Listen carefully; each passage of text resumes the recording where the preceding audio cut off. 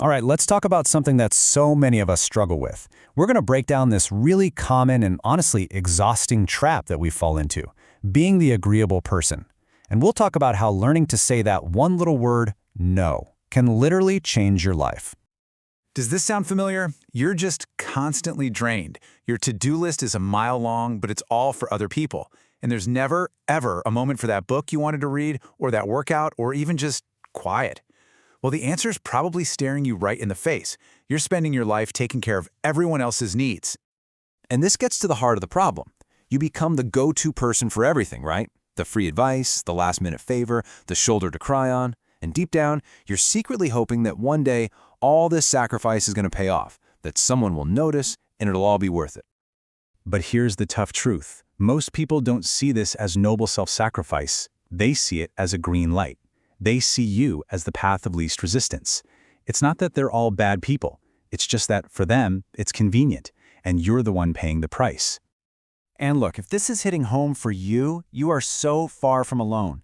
Get this, a YouGov poll found that almost half, 49% of all adults, admit to having these exact people-pleasing tendencies. This is a massive issue. So let's really dig into this trap a little deeper. Let's talk about the psychology of why we get so stuck here. Now here's where things can go wrong when people try to fix this. After years of being a doormat, they finally snap. They read a self-help book, and they swing the pendulum way too far in the other direction. Suddenly, they're this rigid boundary boss. They see manipulators under every rock, they burn bridges, and you know what? They end up just as miserable. But now, they're also alone. So yeah, that's not the answer. Swinging from one extreme to another just doesn't work. The real solution here isn't about building these giant, impenetrable walls. It's about learning how to be strategically flexible. So if being a rigid jerk isn't the goal, then what is? Well, that brings us to the key idea, choosing flexibility over simple agreeableness. It's about learning the huge difference between being adaptable and just being a pushover.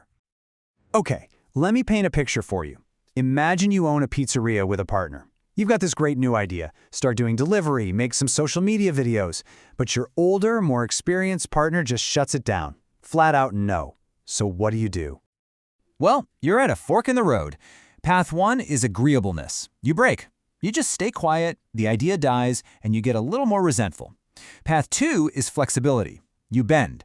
You say, okay, I hear your concerns. What if we just try a small-scale test for 1 month? Limited budget, see what happens.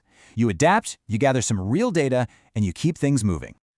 And this brings us to this killer quote from Nassim Taleb: agreeableness kills, flexibility develops. It's so true. Being too agreeable just shuts down growth.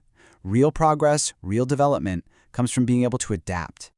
And think about it this way. In business or in life, if someone wants to partner with you and they just agree with everything you say, that's actually a huge red flag. That's a weak partner. It means they don't have their own ideas, their own character. True strength isn't about being difficult for the sake of it, it's about having a spine. Okay, so we get the why. But what about the how? How do we actually start doing this? Well, in this section, we're going to get super practical with some powerful techniques you can use right away. All right, first up, this one is the easiest and honestly, maybe the most effective thing you can do. Just take a pause. That's it. See, that knee-jerk automatic yes is what gets us into trouble. You have to break that cycle. The next time someone asks you for something, just say, you know what, let me check my schedule and get back to you. That little bit of space is everything. It lets you make a conscious choice instead of an automatic one. Okay, tool number 2 is all about being proactive, not reactive. I want you to literally create a what I no longer do list. Think of it like your personal constitution. Based on all the times you got burned in the past, write down your new rules. I no longer answer work emails after 7 p.m. I no longer lend money to that one friend. This list isn't for them. It's for you. It's your anchor. All right, this third one might sound a little weird, but stick with me here because it works. You're going to collect rejections. Yeah, you heard me right. Turn it into a game. The fear of hearing no is what holds us hostage. So you have to desensitize yourself to it. Go to a coffee shop and ask for a 10% discount. Ask someone you admire out for coffee. The more you hear no, the more you realize, oh, it's not actually that bad. It's just a word. And for our fourth tip, let's borrow a page from Richard Branson's book.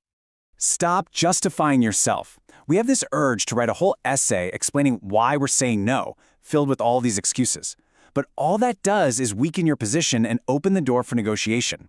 A simple, polite, "No thank you, I won't be able to do that," is more than enough. You don't owe anyone a detailed report. All right, let's bring this all home. I want to reframe how we think about the word no. It's not negative. It's not selfish. It is one of the most powerful strategic tools you have.